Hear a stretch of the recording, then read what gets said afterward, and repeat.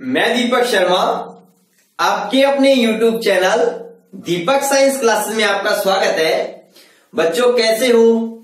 आशा करता हूं कि आप सभी अच्छे होंगे, मस्त होंगे, स्वस्थ होंगे और घर पे रह करके लगातार स्वाध्याय कर रहे होंगे। तो बच्चों आज हमारी इस क्लास के अंदर हम बात करेंगे चैप्टर नंबर 14 एटॉमिक फिजिक्स के न्यूमेरिकल के बारे में।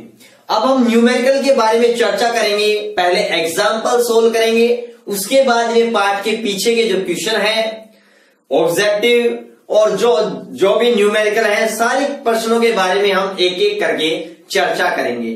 ठीक है बच्चों, तो सबसे पहले अगर आपने लाइक नहीं किया है तो लाइक कर दीजिएगा, शेयर कर दीजिएगा अपने मित्रों के पास में, इस क्लास को अपने फ्रेंड सर्कल में शेयर कर दीजिएगा। बच्चों ज्यादा से ज्यादा शेयर कीजिएगा, चलो फटाफट शेयर कीजिएगा। ठीक है, उसके बाद में हम बात करते हैं हमारे एग्जाम्पल नंबर 1 पर। ठीक है, एग्जाम्पल नंबर 1 क्या कह रहा है? एग्जाम्पल नंबर 1 कह रहा है कि 2.5 मेगा इलेक्ट्रॉन वोल्ट ऊर्जा के एक एल्फा कण है बच्चों हमारे पास में, उसकी ऊर्जा कितनी है? 2.5 मेगा इलेक्ट्रॉन वोल्ट, जो श्रवण नाभिक पर, जो सोने के नाभिक से क्या होता है बच्चों? परिकिर्णित होता है। और हमें दिया गया है सोने के नाभिक का परमाणु क्रमांक। हमें सोने के नाभिक का जो परमाणु क्रमांक Z होता है वो दिया गया है 79। और क्या कह रहा है के लिए हमें क्या ज्ञात करनी है? निकटतम पहुंच की दूरी R0 या हमें स्मॉल d कैलकुलेट करनी है। और बच्चों मैंने आपको बताया था लेक्चर नंबर 3 के अंदर कि नाभिक का जो आकार होता है, नाभिक की जो साइज होती है, उसका परिकलन किससे किया गया था? नाभिक की निकटतम पहुंच की दूरी से किया गया था। ठीक है बच्चों, और आज मैं आपको उसी के बारे में बताऊंगा, उसी के ऊपर ये न्यूमेरिकल क्वेश्चन है। ठीक है बच्चों, ध्यान से समझिएगा। बच्चों सबसे पहले कोई भी फिजिक्स का न्यूमेरिकल है, किसी भी यूनिट का हो, आप कैसे सोल्व करोगे? उसके लिए सबसे पहले आप क्वेश्चन को ध्यान से पढ़िएगा। ध्यान से पढ़ने के बाद में आप ये देखिएगा कि आपको क्या दे रखा है, क्वेश्चन में क्या क्या दिया गया है, क्या क्या दिया गया है और हमें क्या पूछ रहा है।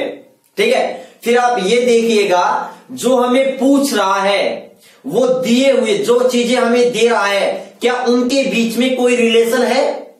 क्या उनके बीच में कोई रिलेशन वाला फॉर्मूला है?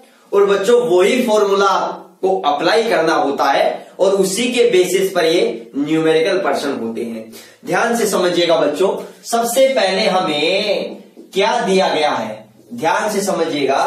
हमें दिया गया है गिवन दैट, हमें दिया गया है एल्फा कण की ऊर्जा दी गई है, एल्फा कण की गतिज ऊर्जा दी गई है, काइनेटिक एनर्जी दी गई है, काइनेटिक एनर्जी दी गई है। और वो कितनी दी गई है? 2.5 मेगा इलेक्ट्रॉन वोल्ट। कितनी दी गई है? 2.5 मेगा इलेक्ट्रॉन वोल्ट। तो बच्चों सबसे पहले मैंने आपको ये बात बता रखी है, अगर फिजिक्स के कोई भी न्यूमेरिकल क्वेश्चन है तो सबसे पहले जो वैल्यू दी गई है आप ये चेक कीजिएगा कि क्या वो वैल्यू है वो ऐसा यूनिट में है क्या।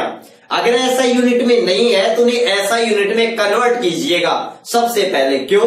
क्योंकि जो भी राशि में प्राप्त होती है वो ऐसा यूनिट में ही हमको मिलती है। ठीक है, जैसे आप दूरी याद करोगे मीटर में, तो पहले मीटर में कैलकुलेट करो। अगर सेंटीमीटर में दे रखा है तो ऊर्जा है, तो ऊर्जा का ऐसा यूनिट जूल होता है, तो पहले आप उसको जूल में कन्वर्ट कीजिएगा। ठीक है, तो यहां पर भी वही बात है, हमें जो kinetic energy mega electron volt में दे रखी है और हमें इसको किसमें कन्वर्ट करना है? जूल में कन्वर्ट करना है। ध्यान से समझिएगा। ठीक है, अब देखो 2.5 मेगा इलेक्ट्रॉन वोल्ट है। सबसे पहले बच्चों मैं आपको बात बता दूं, मेगा का मतलब होता है छोटी छोटी बातें, मेगा का मतलब होता है 10 की पावर प्लस का 6, और बच्चों गीगा का मतलब होता है 10 की पावर प्लस की 9। इसी प्रकार से बच्चों माइक्रो का मतलब होता है 10 की पावर माइनस 6, नैनो का मतलब होता है 10 की पावर माइनस 9, पीको का मतलब होता है 10 की पावर माइनस 12, फेम्टो या फर्मी का मतलब होता है 10 की पावर माइनस 15। ठीक है बच्चों, ये बेसिक चीजें हमें पता होनी चाहिए अच्छी तरीके से। ठीक है, तो यहाँ एम का मतलब है बच्चों मेगा, और मेगा का मतलब बच्चों कितना होता है 10 की पावर प्लस का 6। ठीक है, और ये क्या आ गया इलेक्ट्रॉन वोल्ट। अब बच्चों इलेक्ट्रॉन वोल्ट को अगर जूल में कन्वर्ट करना है तो आपको पता होना चाहिए कि 1 इलेक्ट्रॉन वोल्ट में कितने जूल होते हैं। 1.6 इंटू 10 की पावर माइनस 19 जूल होते हैं। तो बच्चों यहां पर वही बात है, इलेक्ट्रॉन वोल्ट या 1 इलेक्ट्रॉन वोल्ट, और 1 इलेक्ट्रॉन वोल्ट में कितने जूल हो गए, तो इसको अपन मल्टीप्लाई कर देंगे 1.6 इंटू 10 की पावर माइनस 19, तो ये हमारे पास में जूल में हो गई। अब हम इसको गुणा कर देंगे, तो गुणा करने के बाद में हमें जो राशि प्राप्त होगी बच्चों वो क्या हो जाएगी, जूल के अंदर राशि प्राप्त हो जाएगी। तो आपको पता है कि 2.5 को 1.6 से अगर मल्टीप्लाई करते हैं तो हमारे पास में यहाँ पॉइंट हटा लो, और 25 को अगर 16 से अगर मल्टीप्लाई करेंगे तो 25 की 150 और प्लस है हमारे पास में 250, तो हमारे पास में बच्चों कितने आ जाते हैं 400। तो 2 संख्या छोड़ करके लगा देते हैं, तो 4 इंटू 10 की पावर, ये प्लस का 6 है, ये माइनस का 19 है। आधार समान है तो गुणा में घातें जुड़ती है, माइनस 19 और ये प्लस का 6, तो बच्चे यहाँ पर माइनस का 13, ये क्या जाएगा जूल में। तो हमें काइनेटिक एनर्जी हमने जूल के अंदर कन्वर्ट कर ली। उसके बाद में क्या दे रखा है, हमें जेड दे रखा है, सोने के नाभिक के लिए जेड दे रखा है 79। हमें ये पूछा गया है कि निकटतम पहुंच की दूरी जो R0 है वो कितनी होगी, ये पूछा गया है। और बच्चों हम सभी जानते हैं अच्छी तरीके से कि जो निकटतम पहुंच की दूरी होती है वो क्या होती है, ध्यान से समझिएगा। क्या जानते हैं, वी नाउ दैट, हम जानते हैं कि जो निकटतम पहुंच की दूरी जो R0 होती है वो क्या होती है 2kZe² अपॉन EK, ये होती है हमारे पास में। ध्यान से समझिएगा, निकटतम पहुंच की दूरी ये हमारे पास में नाभिक है, ये नाभिक है। इस नाभिक पर किसी अल्फा कण की क्या करा रहे हैं, बौछार करा रहे हैं। आपको पता है नाभिक होता है, उस नाभिक पर कैसा चार्ज होता है, पॉजिटिव चार्ज होता है, पॉजिटिव चार्ज होता है। अल्फा कण क्या होता है, हीलियम का नाभिक होता है बच्चों, इस पर भी कैसा चार्ज होता है, पॉजिटिव चार्ज होता है। तो जैसे जैसे इसके पास जाएगा, यहां नाभिक पर भी पॉजिटिव चार्ज है, तो बच्चों अल्फा कण की जो काइनेटिक एनर्जी है वो किस में कन्वर्ट हो जाएगी, पोटेंशियल एनर्जी में कन्वर्ट हो जाएगी। और जब बच्चों काइनेटिक एनर्जी का मान पोटेंशियल एनर्जी के इक्वल हो जाएगा, तब ये अल्फा कण वापस अपने मूल पथ पर लौट आएगा। लेकिन यहाँ जितना मूल पथ पर लौटता है बच्चों, वो नाभिक और जहां से लौट जाता है अल्फा कण, वो बीच की दूरी क्या कहलाती है, निकटतम पहुंच की दूरी। मतलब अल्फा कण नाभिक के अंदर प्रवेश नहीं करता है। अगर हम इसे काइनेटिक एनर्जी का मान पोटेंशियल एनर्जी से ज्यादा कर दे तो अल्फा कण नाभिक में प्रवेश कर जाएगा। लेकिन बच्चों हम ये देखते हैं, ज्यादा नहीं करते हैं, केवल उसके इक्वल रखते हैं। जब बराबर हो जाता है तो वहां से अल्फा कण वापस लौट आता है। तो जहां से नाभिक के उस निकटतम बिंदु से जहां से वापस अल्फा कण लौट आ जाता है वो दूरी कहलाती है बच्चों निकटतम पहुंच की दूरी। ठीक है ना। और वो निकटतम पहुंच की दूरी याद रखना किस पर डिपेंड करती है, गतिज ऊर्जा पर डिपेंड करती है। अगर गतिज ऊर्जा, देखो यहां पर आप देख रहे हो 2 कांस्टेंट है, K कांस्टेंट है, Z किसी एटम के लिए कांस्टेंट है, E भी कांस्टेंट है। तो बच्चों निकटतम पहुंच की दूरी होती है वो काइनेटिक एनर्जी के व्युत्क्रमानुपाती होती है। अगर काइनेटिक एनर्जी अल्फा कण की गतिज ऊर्जा ज्यादा होगी तो निकटतम पहुंच की दूरी कम होगी। क्यों? अगर अल्फा कण की गतिज ऊर्जा ज्यादा होगी तो अल्फा कण नाभिक के बहुत ज्यादा निकट चला जाएगा, तो इसका मतलब निकटतम पहुंच की दूरी कम हो जाएगी। और काइनेटिक एनर्जी कम है तो निकटतम पहुंच की दूरी क्या होगी, ज्यादा होगी। ठीक है ना। अब ध्यान रखिए। और बच्चों निकटतम पहुंच की दूरी से ही नाभिक के आकार का आकलन किया गया था। ठीक है ना, कि नाभिक का साइज कितना होता है। अब देखो यहां पर हमें K की जरूरत है, तो बच्चों हमें पता है जो K की वैल्यू होती है वो कितनी होती है, 9 इंटू 10 की power 9 newton into metre square प्रति कूलाम स्क्वायर होता है। और बच्चों ई होता है, ई का जो मान होता है वो कितना होता है 1.6 इंटू 10 की पावर माइनस 19 कूलाम होता है। तो बच्चों इसके अंदर जब हम मान रखते हैं, इस फॉर्मूले के अंदर बस मान रखते हैं तो हमारे पास में क्या आ जाएगा बच्चों, आंसर आ जाएगा। अब ध्यान से समझिएगा, मैं मान रखता हूं इसको और सॉल्यूशन करके बताता हूं आपको। तो R0 बराबर ये तो हो गया बच्चों 2, K का मान हो गया 9 इंटू 10 की पावर 9 इंटू Z सोने के लिए कितना है 79 है, ये चेक कर लेना अच्छी तरीके से, 79 होता है। और बच्चों ई का मान होता है 1.6 इंटू 10 की पावर माइनस 19 है, और ये क्या कर दिया मैंने स्क्वायर। आप यूनिट रखना चाहो तो यूनिट के साथ में रख लो, कोई दिक्कत नहीं है। निकटतम पहुंच की दूरी है तो बच्चों दूरी का ऐसा ही मात्रक क्या होता है मीटर, तो ये जो आंसर आएगा वो मीटर में आएगा, क्योंकि मैंने सारी की सारी ऐसा यूनिट ली है, ठीक है ना। ये बात ध्यान से समझना। अब देखो नीचे क्या है बच्चों हमारे पास में काइनेटिक एनर्जी, काइनेटिक एनर्जी कितनी है 4 इंटू 10 की पावर माइनस 13। देखो यहां कैंसिल कर दिया, 2 से मैंने 2 काट दिए। फिर यहां पर देखो मैं सोल्व करता हूं इसको, ध्यान से देखिएगा, ध्यान से समझिएगा एक एक बातें। R0 बराबर, तो पहले तो मैं ऐसे करता हूं 9 को 79 से मल्टीप्लाई कर देता हूं, तो 9 नाम कितना होता है बच्चों 81, असल पाई 8, और 9 संख्या 63, और 63 और 8 बच्चों कितने हो जाते हैं हमारे पास में 71 हो जाते हैं। तो ये मैंने 9 को 79 से मल्टीप्लाई कर दिया इंटू 10 की पावर 9, और बच्चों 1.6 का जो स्क्वायर करते हैं तो 16 के स्क्वायर क्या होता है 256। तो यहां पर मैंने एक दशमलव छोड़कर है तो 2 दशमलव छोड़ करके अपन 2 संख्या छोड़ करके दशमलव लगा दी। 10 की पावर माइनस 19 है तो 19 दूनी क्या होता है बच्चों 38 होता है, ये मैंने रख दिया। उसके बाद में बच्चों नीचे क्या बच गया 2 बच गया। चलो इस 2 को 1 मिनट रहने देते हैं, 2 इंटू 10 की पावर माइनस 13, इसको भी कैंसिल कर देते हैं, 2 एकम 2 और 28 दूनी 56।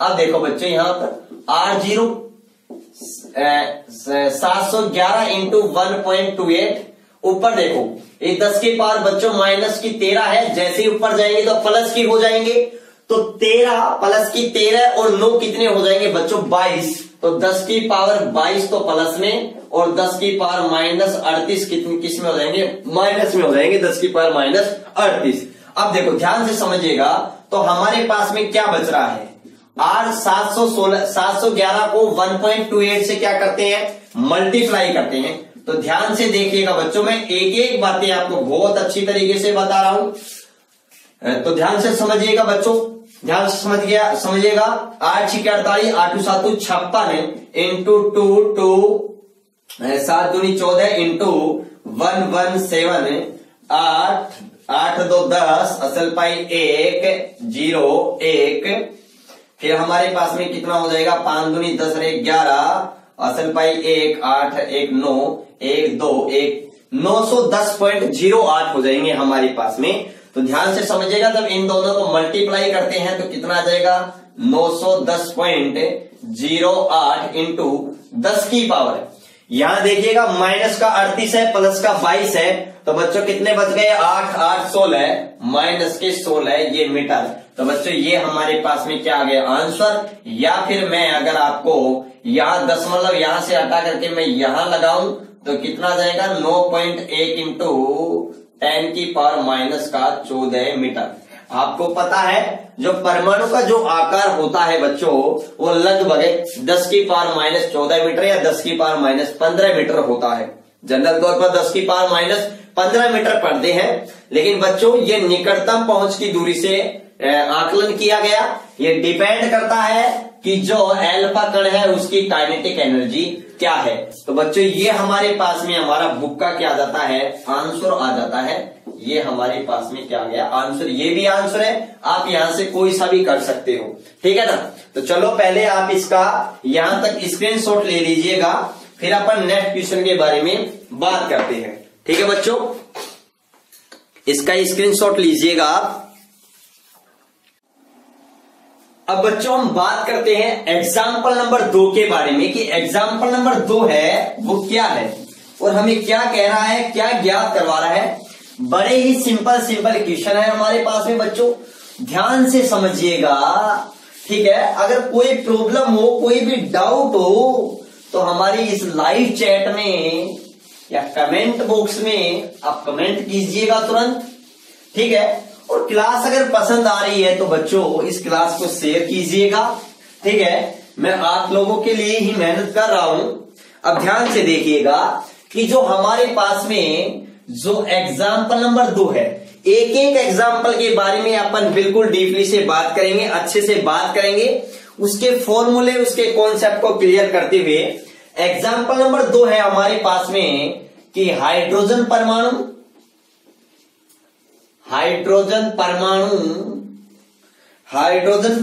सदृश्य, मतलब हाइड्रोजन परमाणु जैसा लिथियम डबल पॉजिटिव आयन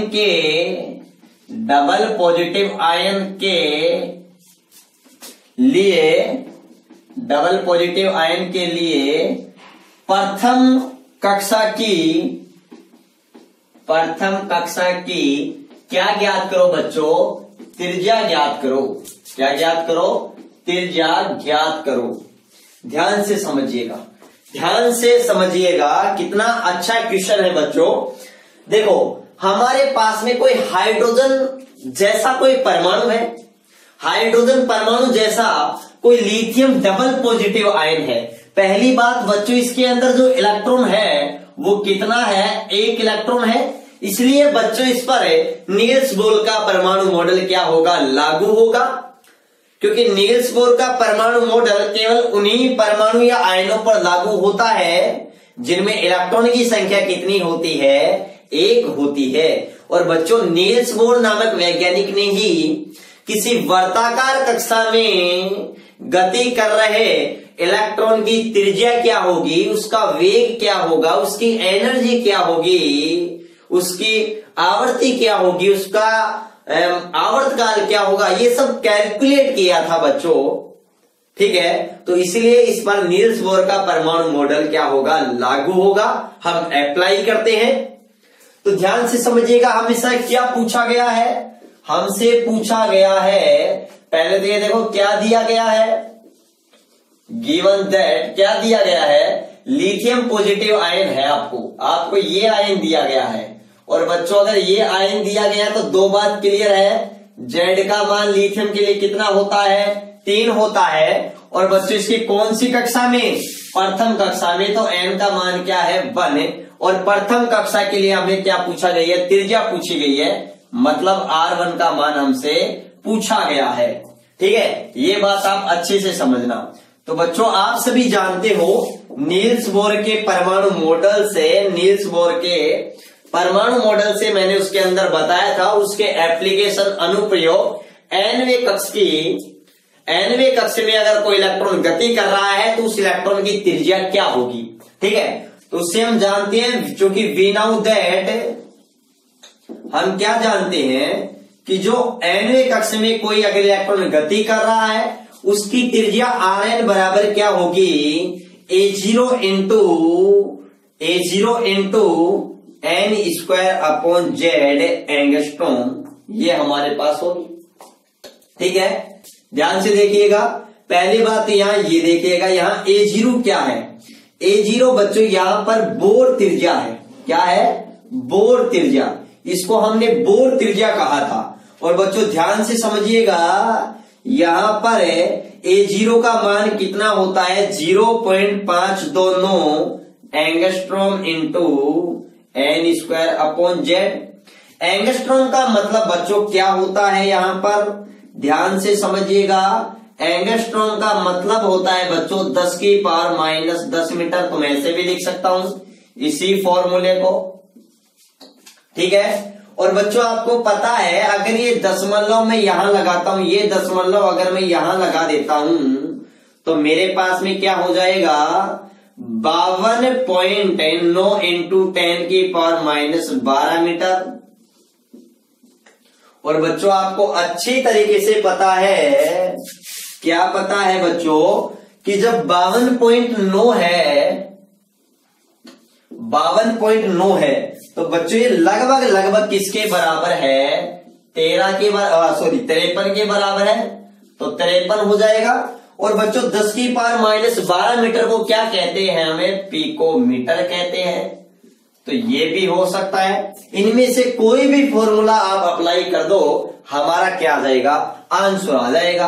अब ध्यान से समझिएगा, पहली कक्षा के लिए बात कर रहे हैं तो 53 पिकोमीटर इंटू n का मान 1 हो जाएगा, z का मान क्या हो जाएगा? 3। 1 का वर्ग करेंगे तो 1 होगा और इसको 53 पिकोमीटर से मल्टीप्लाई करेंगे तो 53 पिकोमीटर आएगा। और भाग हम किसका दे देंगे बच्चों?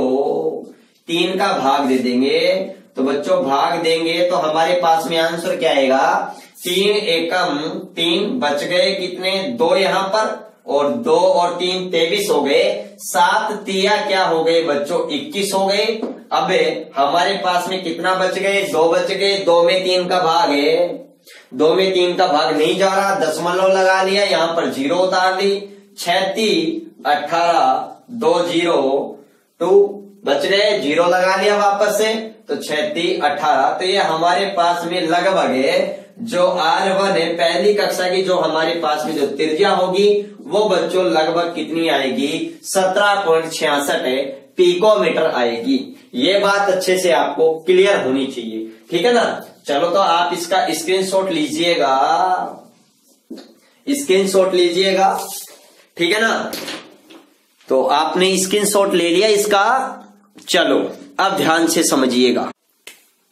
अब बच्चों हम next question number example number 3 के बारे में बात करते हैं कि एग्जाम्पल नंबर जो 3 है वो क्या है। ध्यान से समझिएगा, बड़ा ही मजेदार एग्जाम्पल है। इसमें बच्चों जो कुछ चैप्टर नंबर 7 है हमारा जो मैग्नेटिक वाला, उससे रिलेटेड कुछ फॉर्मूले का भी क्या हुआ है? प्रयोग हुआ है, यूज हुआ है इसके अंदर। अब ध्यान से समझिएगा, ध्यान से समझिएगा कि एग्जाम्पल नंबर 3 क्या है कि बोर परमाणु प्रतिरूप। ध्यान से समझिएगा कि क्या है एग्जाम्पल नंबर 3। एग्जाम्पल नंबर 3 में ये कहा है कि बोर परमाणु प्रतिरूप, जो बोर का परमाणु प्रतिरूप है, परमाणु मॉडल है, को सही मानते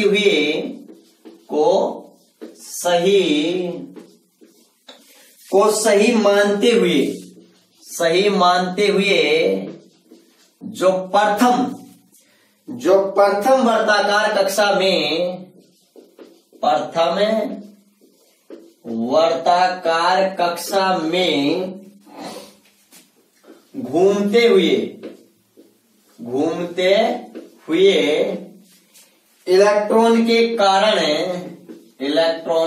कारण हाइड्रोजन नाभिक की स्थिति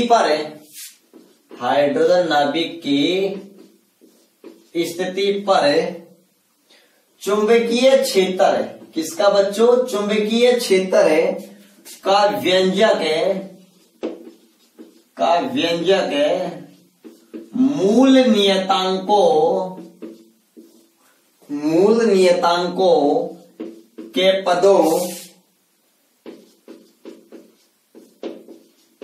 पदों में ज्ञात करो।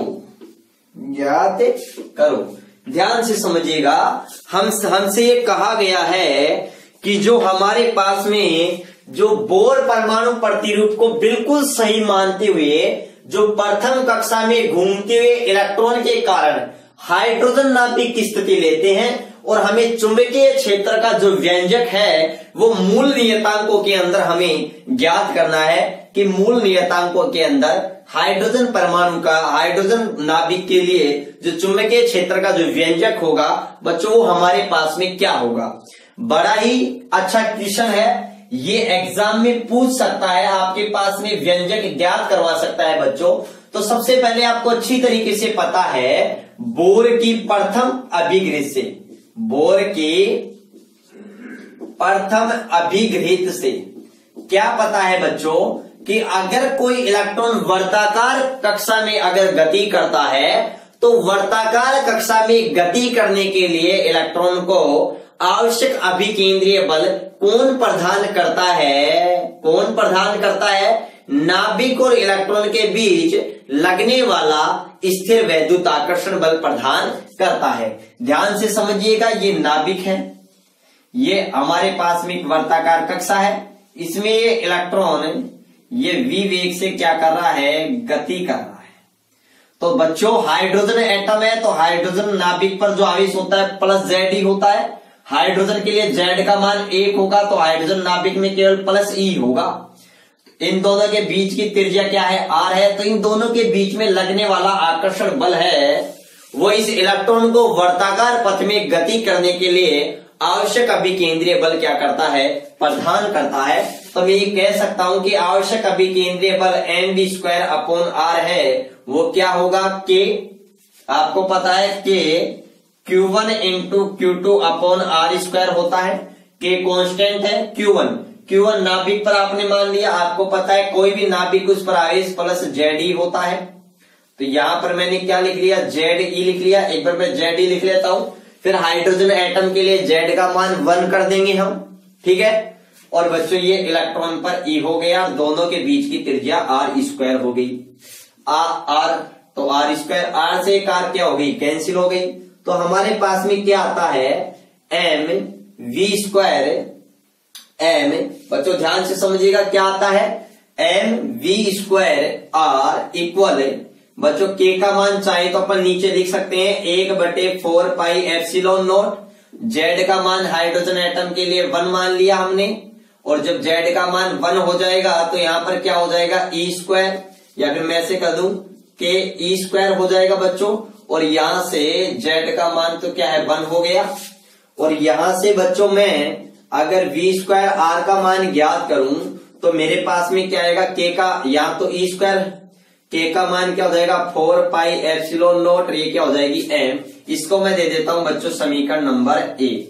अब ध्यान से समझिएगा, आपको पता है बोर की द्वितीय अभिगृहित से, बोर की द्वितीय अभिगृहित से, यहां पर देखो पहले ही क्वेश्चन में कहा गया है, क्या कहा गया है बच्चों, कि जो बोर का जो परमाणु मॉडल है आप उसको बिल्कुल सही मानिएगा। अब ध्यान से समझिएगा, बोर की द्वितीय अभिगृहित हमें क्या कहती है कि किस इलेक्ट्रॉन केवल उन्हीं वर्ताकार कक्षाओं में चक्कर लगाते हैं जिनमें इनका कक्षीय कोणीय संवेग जो mvr होता है वह h/2π का क्या होता है, पूर्ण गुणज होता है।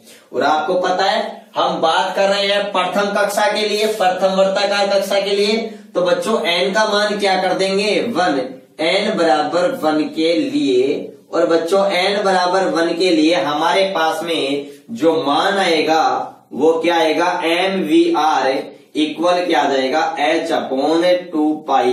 और यहां से हम vr का मान ज्ञात करें तो ये m बच्चों हमारे पास में यहां आ जाएगा। इसको मैंने दे दिया समीकरण नंबर 2।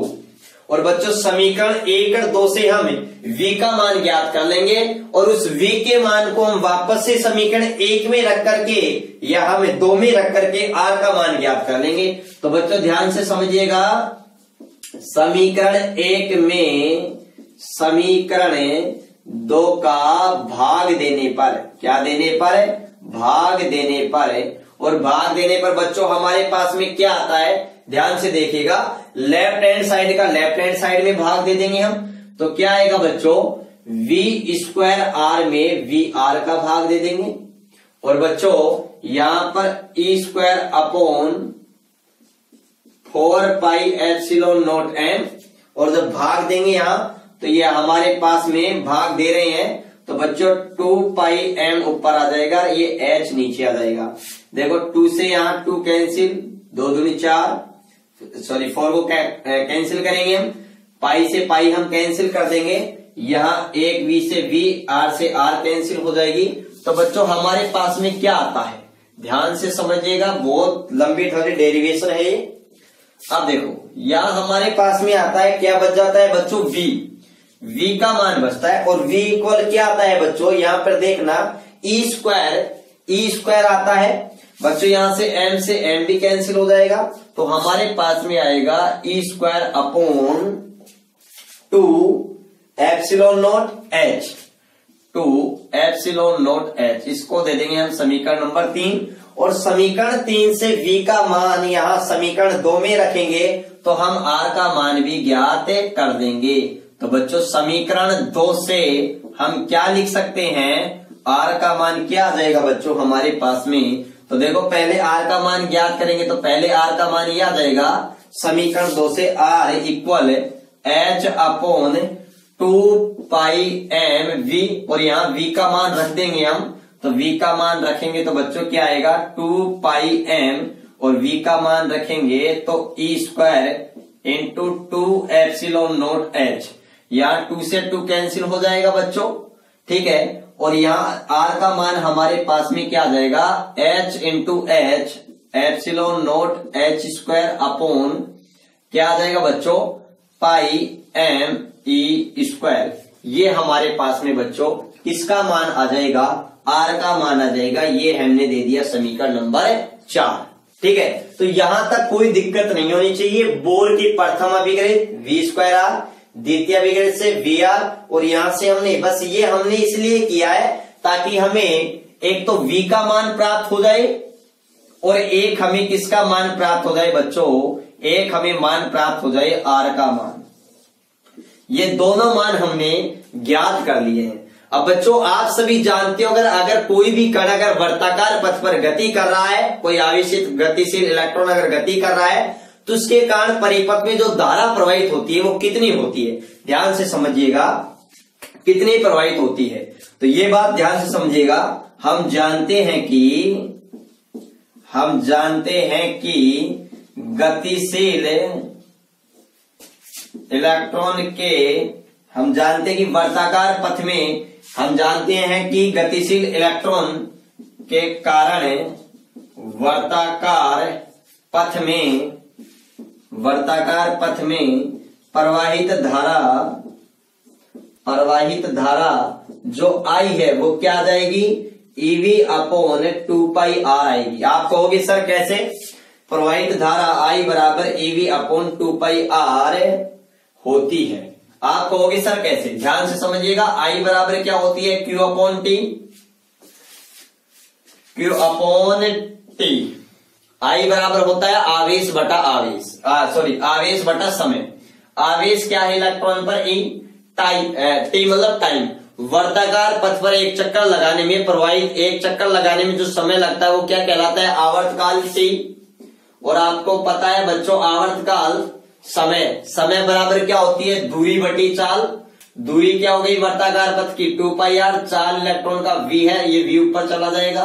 तो बच्चों ये हमारे पास में क्या आ जाता है EV अपॉन 2πr आ जाता है, ठीक है। ये बात इस तरीके से आप इस धारा I का मान याद रख सकते हो, ठीक है ना, इस तरीके से। ये T क्या है आवर्तकाल, और आवर्तकाल क्या होता है समय बराबर क्या होती है दूरी बटे चाल। दूरी वर्ताकार पथ की क्या है परिधि क्या है 2πr, चाल क्या है v ऊपर चला जाएगा और हमारे पास इस प्रकार I का मान आ जाएगा।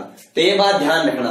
और तथा इलेक्ट्रॉन के कारण जो उत्पन्न चुंबकीय क्षेत्र है वो धारावाही लूप के समान होता है, ये बात भी याद रखना। तथा इलेक्ट्रॉन के कारण उत्पन्न चुंबकीय क्षेत्र धारावाही लूप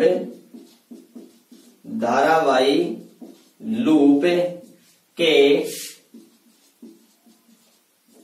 समान होता है, और धारावाही लूप के समान होता है। अतः आपको पता है धारावाही लूप के कारण धारावाही लूप होता है, उसके कारण जो उत्पन्न चुंबकीय क्षेत्र है उसका मान बी वेक्टर का मान कितना आएगा, ये हमें बच्चों चैप्टर नंबर 7 से थोड़ा मालूम होना चाहिए। बाकी हमें कहीं कोई प्रॉब्लम होने वाली नहीं है, तो याद रखना। तो इलेक्ट्रॉन के कारण उत्पन्न चुंबकीय क्षेत्र धारावाही लूप के समान होता है। अतः लूप के केंद्र पर मैं बात करूं या केंद्र पर अगर मैं बात करूं, नाभिक पर बात करूं, अतः केंद्र पर उत्पन्न चुंबकीय क्षेत्र जो चुंबकीय क्षेत्र का मान होगा वो क्या होगा बच्चों, बी वेक्टर बराबर mu naught I upon 2r होगा। और बच्चों यहां से हमें I का वैल्यू रख देंगे और कहीं कोई प्रॉब्लम नहीं है, हमें बस I का मान रखेंगे। और बच्चों जब हम I का मान रखेंगे उसके बाद में हमारे पास में क्या आता है, V और R की टर्म्स आएगी, और V और R को भी हम वैल्यू रख देंगे तो सभी कांस्टेंट हो जाएंगे बच्चों। देखिएगा अब यहां से B बराबर म्यू नोट 2R, I का मान रखता हूं मैं, I का मान मेरे पास में ये है, तो I का मान क्या हो जाएगा बच्चों, EV अपॉन 2πr, ये ध्यान से समझिएगा क्या आ गया, EV अपॉन 2πr। तो क्या वैल्यू आ जाएगी ऊपर, mu naught EV upon 2 into 2 4 और पाई R स्क्वायर। अब देखो म्यू कांस्टेंट, E कांस्टेंट, पाई 4 कांस्टेंट, पाई कांस्टेंट, लेकिन V और R चेंजेबल राशि है, इसलिए देखो हमने कहा एक क्वेश्चन में कहा है मूल नियतांकों के रूप में सभी नियतांक होनी चाहिए, इसलिए V व R के मान रखने पर, इसलिए मैंने ये V और R का मान पहले कैलकुलेट किया था, ये कर दी, इसलिए ये प्रोसेस की थी हमने। अब देखो यहां से वैल्यू रखते हैं, B बराबर म्यू नोट E 4 पाई, पहले V की वैल्यू रखते हैं तो V की वैल्यू आ जाएगी E square upon 2 epsilon note H, और हम R की जब वैल्यू रखते हैं तो R स्क्वायर, बच्चों R स्क्वायर है और वो R नीचे है, तो नीचे है तो बच्चों कैसे रखेंगे, मैं डायरेक्ट स्क्वायर करके एप्सिलॉन नोट स्क्वायर H की power 4 pi square M square और E की पावर 4, मैंने डायरेक्ट सभी स्क्वायर करके लिख दिया ये वैल्यू। अब सोल्व कर लेंगे, बस कहीं कोई प्रॉब्लम नहीं है। तो B बराबर क्या आ जाएगा, देखो यहां पर सबसे पहले देखो mu naught E square E की पावर 4, 4 2 6 और 1 7, E की पावर 7, और यहां पर देखो M क्या आ रहा है, M स्क्वायर भी आ रहा है, उसके साथ में 1 पाई से 1 पाई कैंसिल कर देते हैं तो पाई भी आ जाएगा, म्यू पाई E की पावर 7 और बच्चों M स्क्वायर अपॉन नीचे क्या आ रहा है, नीचे आ रहा है 4 दूनी 8 epsilon note square epsilon note cube हो गया, H की पावर क्या हो गई 5 हो गई। तो बच्चों ये वैल्यू हमारे पास में आ जाती है, ठीक है, ये हमारे पास में क्या हो गया, चुंबकीय क्षेत्र का व्यंजक हो गया, जो सभी की सभी बच्चों क्या है, कांस्टेंट है, म्यू कांस्टेंट, पाई E7, ठीक है, सभी के सभी राशियां क्या है, कांस्टेंट है। तो बिल्कुल सिंपल सी बात है, यहां तक आपको कोई प्रॉब्लम नहीं होना चाहिए। ये हमने बच्चों इक्वेशन नंबर इसको 5 दे देते हैं, और यही बच्चों क्या है, यही हमारे पास में चुंबकीय क्षेत्र का क्या है बच्चों, व्यंजक है। किसका व्यंजक है, चुंबकीय क्षेत्र का व्यंजक है। तो ठीक है, यहां तक कोई प्रॉब्लम नहीं होनी चाहिए। फिर भी अगर कोई डाउट है तो आप कमेंट बॉक्स में जाइए और वहां पर आप कमेंट कीजिए, ठीक है। चलो आप इसका स्क्रीनशॉट लीजिएगा, इसका स्क्रीनशॉट लीजिएगा।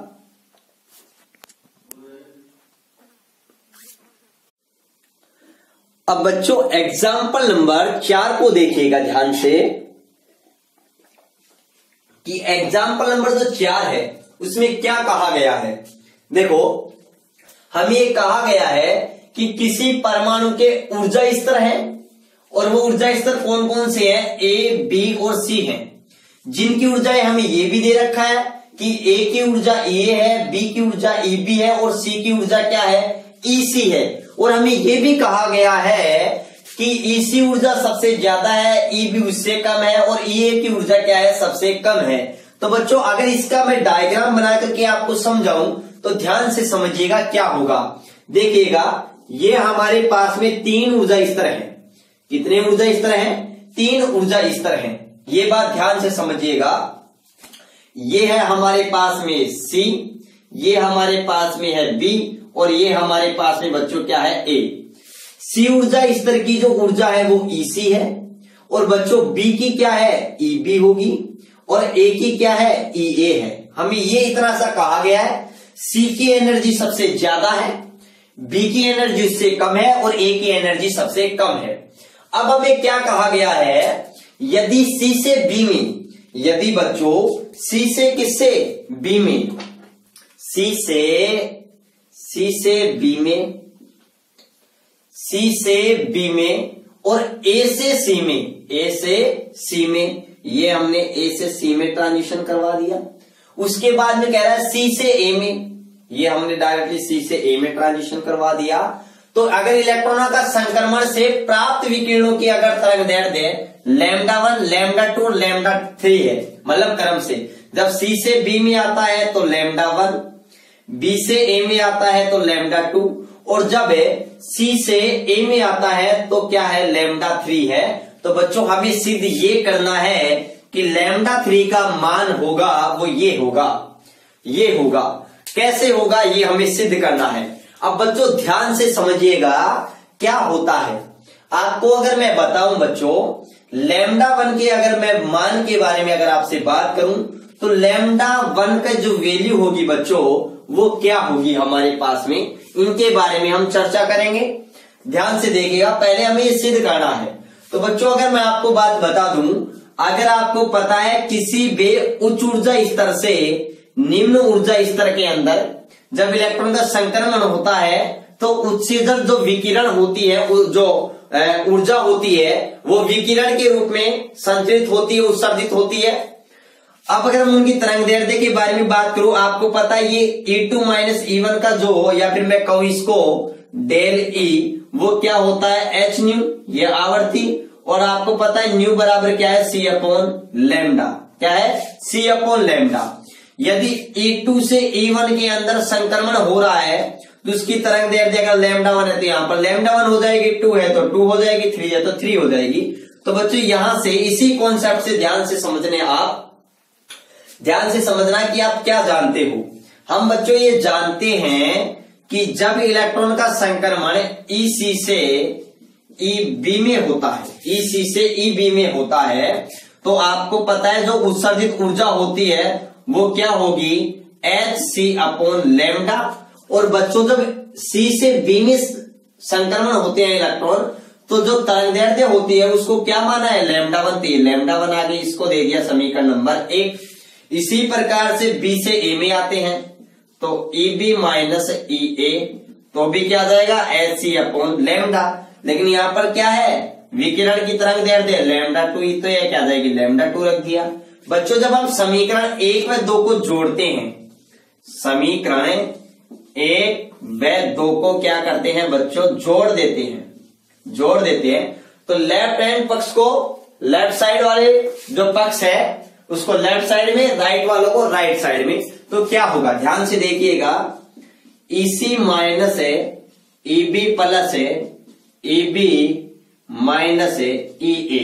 तो यहां पर देखो ये माइनस का EB है, प्लस का EB है, कैंसिल हो गया। HC है, देखो चलो मैं लिख देता हूं HC upon 1 λ1 plus HC upon λ2। बच्चों यहां पर HC क्या आ रहा है, कॉमन आ रहा है, तो क्यों नहीं मैं कॉमन निकाल करके ऐसे लिख दूं कि HC 1 अपॉन λ1 प्लस 1 अपॉन λ2।